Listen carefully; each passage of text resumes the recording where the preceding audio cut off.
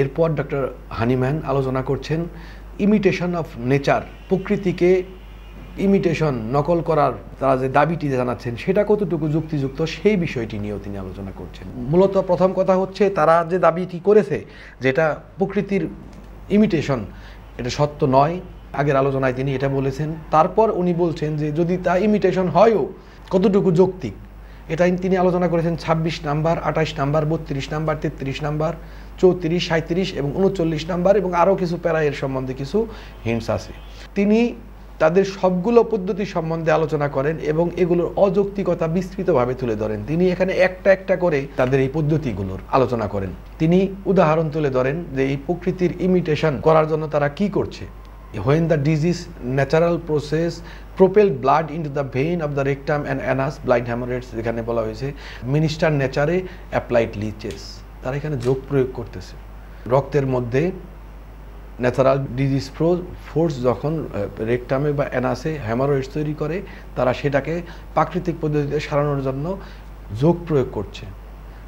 এবং এছাড়াও তিনি আরেকটা উদাহরণে তিনি বলেছেন, এটা বলেছেন 40 নাম্বার প্যারাতে এবং 41 নাম্বার প্যারাতে তিনি বলছেন যে শরীরের বিভিন্ন ধরনের রোগের মারাত্মক ধরনের ভায়োলেন্সকে কমানোর জন্য, রক্তকে বের করে দেওয়ার জন্য বমি, কাশি এগুলো পদ্ধতি অবলম্বন করছেন এবং ভেনেসেকশন করছেন, রক্তমক্ষণ পদ্ধতি বা হিজামা বা কাপিং এগুলো করছেন। তিনি উদাহরণ তুলে ধরেছেন যে বারবার যে বমিগুলো হয় সেখানে তারা মারাত্মকভাবে বমি করাচ্ছে বিভিন্ন ধরনের বমি উদ্রেককারী উপাদান খাইয়ে।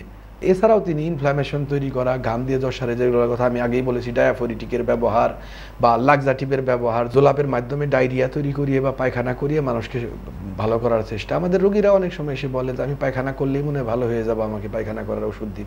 সেই ধারণা যা 250 বছর আগে ডক্টর হানিম্যান আলোচনা করেছেন এবং যা আমাদের মধ্যে আজ পর্যন্ত বর্তমান চলছে। এছাড়া তিনি আরেকটি ট্রিটমেন্ট, আগেকার সেই ডেরিভেটিভস, কাউন্টার ইরিটেন্ট এগুলোর আলোচনার পর রিপেলেন্ট মেডিসিনের ব্যবহারের পরে তিনি স্পেশালি বিশেষভাবে আলোচনা করছেন অ্যান্টিপ্যাথিক ট্রিটমেন্ট বা বিষদৃশ্য চিকিৎসা পদ্ধতি নিয়ে। আগেরগুলোতে আমরা কিছু কিছু মিল পাবো, ফলাফলে মিল পাবো বর্তমানের প্রচলিত চিকিৎসার সাথে, কিন্তু এই অ্যান্টিপ্যাথিক ট্রিটমেন্টে আমরা দেখতে পাবো যে সরাসরি অ্যালোপ্যাথিক ট্রিটমেন্ট সিস্টেমটাই তখনও চলতো এবং সেই ধারণাটির ব্যাপারেই তিনি কথা বলেছেন। সেখানে বলেছেন যে তথাকথিত রিপারকুশিয়ান রিপেলেন্ট ওষুধগুলোর মাধ্যমে খেয়ালি অবদমন করার কথা তুলে ধরেছেন। বিভিন্নভাবে অবদমন, যেমন পুরনো ব্যথা, নিদ্রাহীনতা বা দীর্ঘদিনের ডায়রিয়াকে সারানোর জন্য মারাত্মক মাত্রায় ওপিয়াম ব্যবহার করা হতো। ব্যথা যেহেতু হয়েছে তাকে অবসকারী উপাদান দাও।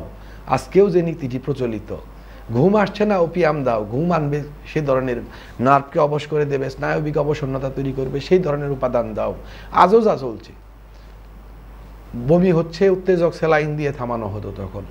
ঠান্ডা পানিতে ফুটবাথ করে বা স্ট্রিজেন ব্যবহার করে পায়ের দুর্গন্ধ থামানোর চেষ্টা করা হতো। আজকেও বিভিন্ন ধরনের উপাদান বেরিয়েছে বাজিরে ঘাম বন্ধ করার জন্য, বগলের ঘাম, পায়ের ঘাম বন্ধ করার জন্য।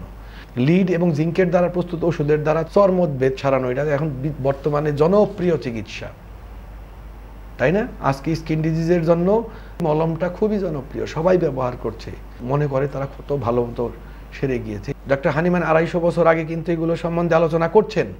আজকে আমরা যে পরিস্থিতি, যে অবস্থাটি বর্তমানে দেখতে পাচ্ছি তা নিয়েই আলোচনা করেছেন। তখন জরায়ুতে রক্তপাত বন্ধ করার জন্য ভিনেগার ইনজেকশন করা হতো, আজকে হয়তো ভিনেগার করা হয় না, এর চাইতেও সূক্ষ্ম, এর চাইতেও মারাত্মক কিছুকে করা হয়। ডক্টর হানিম্যান তখন ভিনেগার ইনজেকশনের বিরুদ্ধে কথা বলেছেন, অ্যালার্ম ব্যবহার করে ঘাম রুদ্ধ করার ব্যাপারে কথা বলেছেন, ক্যাম্পার ব্যবহার করে স্বপ্ন দোষ বন্ধ করার ব্যাপারে কথা বলেছেন ভেজিটেবল অ্যাসিড, নাইটার বা সালফিউরিক অ্যাসিড দিয়ে হিট ফ্ল্যাশকে বন্ধ করার বিরুদ্ধে। এই পদ্ধতিগুলো তো আজও প্রচলিত, একইভাবে প্রচলিত, উপাদানগুলোর হয়তো ভিন্নতা এসেছে। নাকের এই ফুটো বন্ধ করে এপিস্টক্সিস বন্ধ করার কথা বলেছেন। হ্যাঁ, ইমার্জেন্সিতে নাক তো আমরা ব্লিডিং বন্ধ করার জন্য করতে পারি, কিন্তু তার তো ওষুধ থাকার কথা, তা ছিল না। শুধুমাত্র নাকে সিপি গুঁজে তারা এপিস্টক্সিস, নাক দিয়ে রক্ত পড়াকে বন্ধ করে দেবে, এটাই ছিল পদ্ধতি।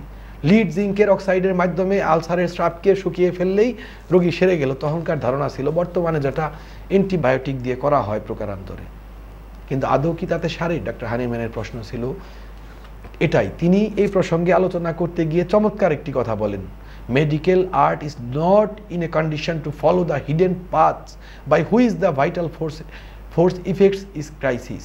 তিনি বলেন যে চিকিৎসাবিদ্যা চর্চা যেভাবে আমাদের ভাইটাল ফোর্স তার ক্রাইসিস থেকে, তার বিপদ থেকে উত্তরণের উপায় খুঁজে বার করে, সেই গুপ্ত পথ অবলম্বন করার পথ নয়। ভাইটাল ফোর্স কিসের ভিত্তিতে কাজ করে তা বলতে গিয়ে তিনি বলেছেন, the vital force which itself can only act according to the physical constitution of our organism. এখানে ডক্টর হানিম্যান কনস্টিটিউশনের কথাটি তুলে ধরলেন। তিনি বললেন যে ভাইটাল ফোর্স শুধুমাত্র আমাদের যে ফিজিক্যাল কনস্টিটিউশন আছে তার ভিত্তিতে, তার অনুসারে কাজ করতে পারে, and is not guided by reason, এবং যুক্তি দিয়ে, বিজ্ঞান দিয়ে, এক নলেজ অ্যান্ড রিফ্লেকশন, অর্থাৎ ভাইটাল ফোর্স কিন্তু এই বুদ্ধি দিয়ে, জ্ঞান দিয়ে, যুক্তি দিয়ে, চিন্তা দিয়ে পরিচালিত হয় না। was not given to man to be regarded as the best possible curative agent to restore those lamentable deviation from health to the normal condition, and still less that physician should slavishly imitate its imperfect morbid efforts to free itself from the disease. যেহেতু এই জ্ঞান, প্রজ্ঞা, যুক্তি, অভিজ্ঞতা এগুলোর মাধ্যমে পরিচালিত হয় না, আমাদের কনস্টিটিউশনের উপর ভিত্তি করে শুধুমাত্র তাকে বাঁচানোর একটা আত্মপ্রচেষ্টাকে বলা যায়, সেখানে আমরা তাকে ইমিটেট করলে কিভাবে সফল হতে পারি, তার প্রশ্ন ছিল এটা। এবং এখানেই তিনি সর্বপ্রথম অ্যালোপ্যাথি শব্দটি উল্লেখ করেন এবং বিসদৃশ্য চিকিৎসাকে এই নামে নামকরণ করেন।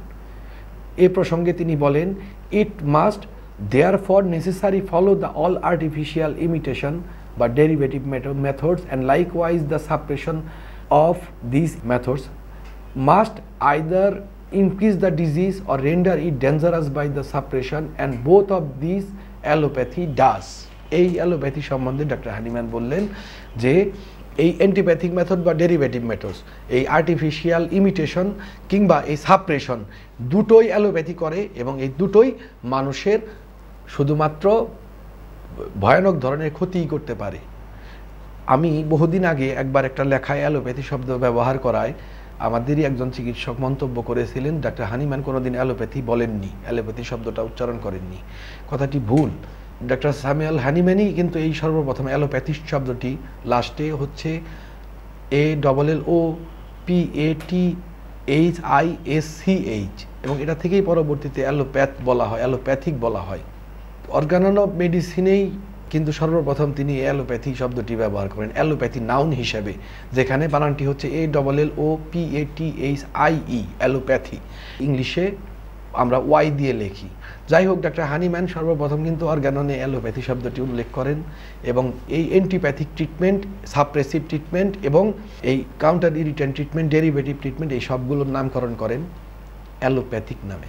এই অ্যালোপ্যাথিক ট্রিটমেন্ট অর্থাৎ আগেরগুলোকে তিনি অ্যালোপ্যাথিক নামকরণ করার পরেই আরও একটি জনপ্রিয় ট্রিটমেন্ট সিস্টেমের কথা তিনি বলেন, যে ব্যাপারটি সম্বন্ধে আমি আগামী পর্বে আসছি, কারণ আপনারা বুঝতেই পারছেন এটা অনেক লম্বা হয়ে যাচ্ছে, এবং আমি মনে করি অর্গাননের ভূমিকাটি হৃদয় দিয়ে উপলব্ধি করাটা অত্যন্ত গুরুত্বপূর্ণ আপনার পরবর্তী সমগ্র জীবনের জন্য। আমি আগেই বলেছি, আমি মনে করি অর্গানন অফ মেডিসিন পড়ার পরই একজন শিক্ষার্থীর সিদ্ধান্ত নেওয়া উচিত তিনি হোমিওপ্যাথি করবেন কিনা, এত বড় চ্যালেঞ্জ এবং দায়িত্ব এই দুটোকে তিনি তার কাঁধে তুলে নেবেন কিনা। আগামী পর্বে আবার আপনাদের সাথে দেখা হচ্ছে এই বাদবাকি অংশটুকু নিয়ে। ততক্ষণ পর্যন্ত আপনারা ভালো থাকবেন, সুস্থ থাকবেন, এই প্রত্যাশা রেখে আজকের মতো বিদায় নিচ্ছি। সবাইকে সর্বশেষ ধন্যবাদ আমাদের সাথে থাকার জন্য।